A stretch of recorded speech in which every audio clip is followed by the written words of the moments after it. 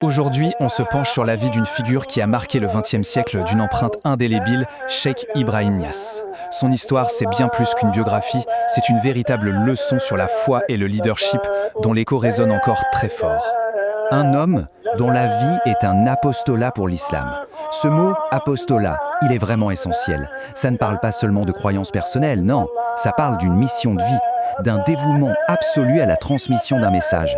Et c'est vraiment ça le fil rouge de toute son histoire. Mais alors, comment devient-on une force spirituelle d'une telle ampleur ? Pour le comprendre, il faut revenir aux racines, à son enfance et aux fondations intellectuelles qui vont tout conditionner. Tout commence en 1900. Il naît dans un environnement déjà très savant, avec son propre père comme premier maître.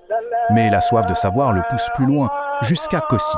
C'est un moment absolument décisif, où il va vraiment polir ses connaissances pour devenir le grand penseur qu'il sera. Et au cœur de tout ça, il y avait ces 4 piliers. Ce n'étaient pas juste des concepts abstraits, c'était le réacteur de chacune de ses actions.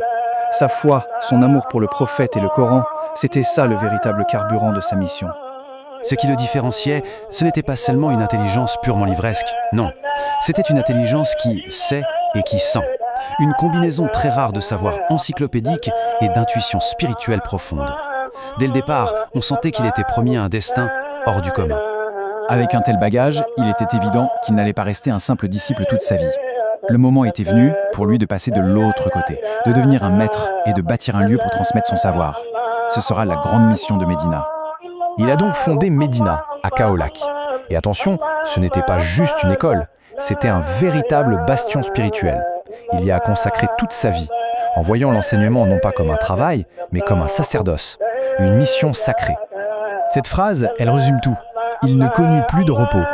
C'est littéral. Les disciples affluaient de partout, pas seulement du Sénégal, mais de toute l'Afrique et même au-delà, tous attirés par la lumière de son enseignement. Et logiquement, un message aussi puissant ne pouvait pas rester confiné à Médina. Très vite, la voix de Cheikh Ibrahim Niasse va traverser les frontières, les océans, et faire de lui une figure d'envergure mondiale. 17. Ce chiffre que semblait abstrait, mais il faut s'arrêter dessus.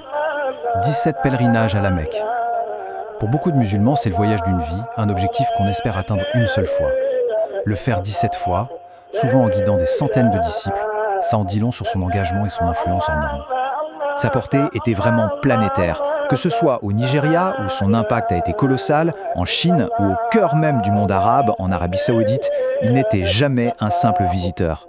C'était un érudit respecté qui débattait au plus haut niveau. Et il y a eu cet épisode, un moment incroyable qui a vraiment cristallisé sa stature. À la Mecque, les plus grands savants de l'islam, les oulémas, se mettent d'accord pour déplacer le sanctuaire d'Ibrahim. Un consensus total, à une exception près. Seul contre tous, cher Ibrahim Niasse se lève et dit non. Imaginez la scène. Face à toute l'élite intellectuelle du monde musulman, c'est sa connaissance parfaite des textes, la force de ses arguments et son éloquence qui vont faire la différence. Il a réussi à inverser la décision, un exploit qui a scellé pour de bon sa réputation de géant. On a vu l'érudit, le leader d'envergure internationale. Mais au-delà de la figure publique, qui était l'homme au quotidien ? Quelles qualités personnelles ont marqué ceux qui l'ont côtoyé et ont fini par façonner son héritage ? Ceux qui l'ont connu décrivent un homme qui mariait une intelligence immense à une grande douceur. Il avait un pouvoir de persuasion incroyable, mais aussi une générosité devenue légendaire et un franc-parler qui forçait le respect. Sa générosité en particulier, c'était quelque chose. On raconte qu'il donnait sans aucune limite, sans jamais calculer, sans se préoccuper de ce qu'il aurait le lendemain. Une confiance absolue en la Providence qui a profondément marqué les esprits. Alors, au bout du compte, que reste-t-il d'une vie aussi remplie, aussi monumentale ? Quel est le message essentiel qui traverse le temps et qui nous parle encore aujourd'hui ? La réponse, elle est peut-être contenue dans cette vision incroyablement puissante.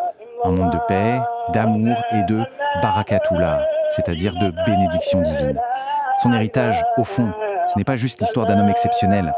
C'est une invitation à considérer qu'une autre voie, une voie spirituelle, est possible pour l'humanité.